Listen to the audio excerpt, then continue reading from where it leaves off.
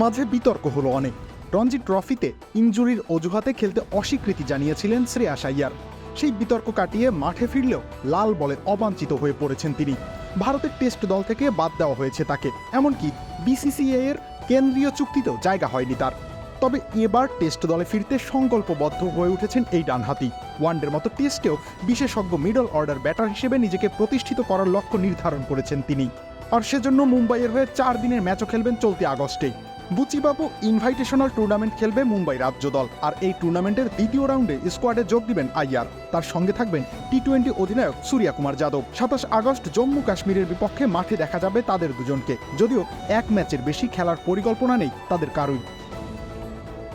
এদিকে টেস্ট দলে শ্রেয়াসের প্রত্যাবর্তনের ইচ্ছে নিয়ে মুম্বাই ক্রিকেট অ্যাসোসিয়েশনের প্রধান সঞ্জয় প্যাটেল বলেন, বুচিবাবু টুর্নামেন্টে মুম্বাইয়ের হয়ে খেলার আগ্রহ দেখিয়েছেন শ্রেয়াস।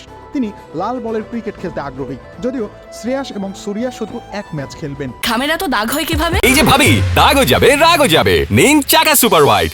তবে এটা অন্যান্য রাজ্য দলগুলোর কাছে একটি শক্তিশালী বার্তা দিবে যে জাতীয় দলের খেলোয়াড়রাও মুম্বাইয়ের হয়ে খেলতে আগ্রহী।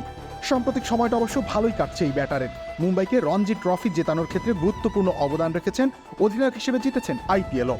তাছাড়া বিতর্ক ছাপিয়ে ওয়ানডে দলও নিজের জায়গা পাকা করেছেন তিনি।